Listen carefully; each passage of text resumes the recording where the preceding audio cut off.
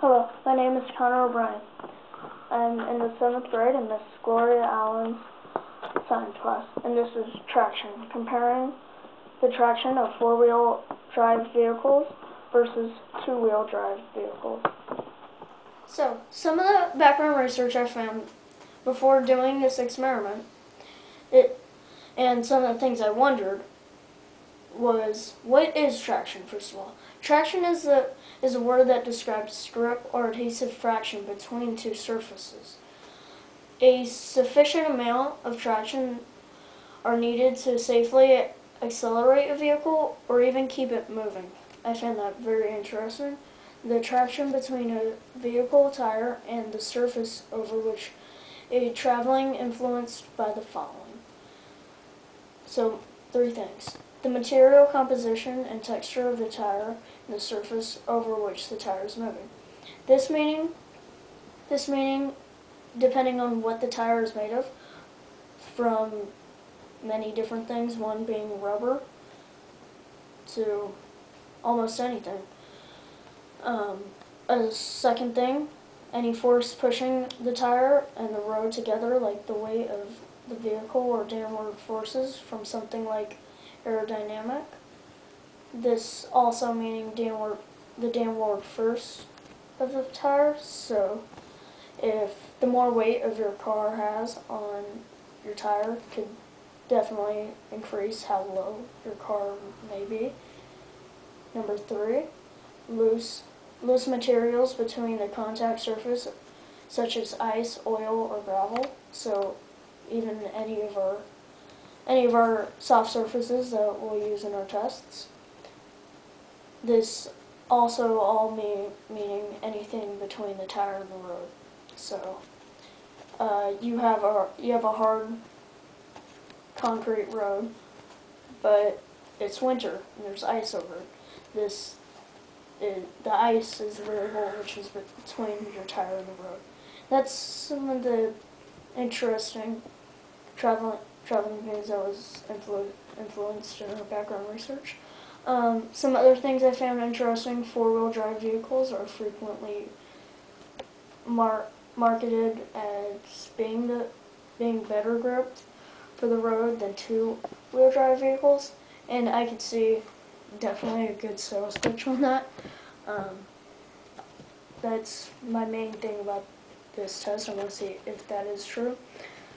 This experiment will explore whether four-wheel drive cars exhibit better traction than two-wheel drive vehicles when confronted with loose materials between the tires and the road, which also go ahead and cover 1, 2, and 3 of this problem. Okay, so moving on towards more of the experiment part of all of this. We've been talking, so the first part of anything is we've been talking a lot about front-wheel drive, back-wheel drive, all-wheel drive, two-wheel drive, and all that. So I needed some type of vehicle that I needed to use for this test.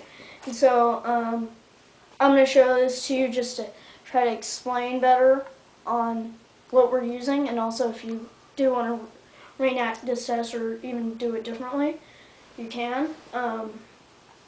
First thing we did to create our any of our vehicles, this particular vehicle is our all-wheel drive. We took kind of just a club card or CVS card, and what we did is that we took a wheel and axle connected to a friction motor. You can pull one of these things off any old toy car. You can go to the dollar store and get one pretty easily. So what we did is that we would take our club card and we took, I don't have 2 of them with me, but you'd put one friction motor here, one friction motor here, front and back for the all-wheel drive. and we used any super glue. We super glued our friction motor and wheel and axle to make a pretty nice car. I'll show it in just a second. To reinforce this, we did put electrical tape, or even duct tape will work. So this is the finished product of our all-wheel drive car. So there you go. And it's been working pretty well. And let me go to the track and explain the rest to you. Hey guys, so this is pretty much our racetrack. This track overall will be able to measure how many degrees to the left or right from the center line this car stops. So pretty much our center line, we took our protractor and we made a 90-degree angle and drew this black line straightly down our racetrack. And so then after this we measured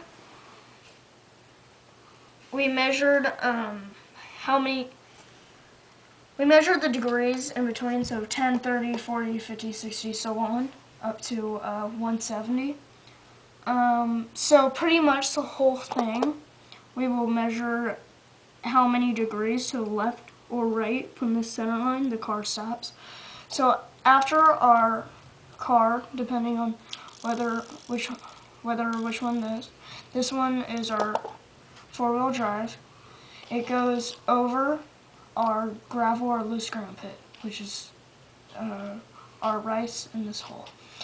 It's going to go through, and we're going to try to make it stay in Group A, which is our 90-degree first line compass. Move further. So if it moves to the left or the right, either way, that will be our variable and or what we've used in this test. Okay, so we've successfully measured our car. Test 1 of the all-wheel drive.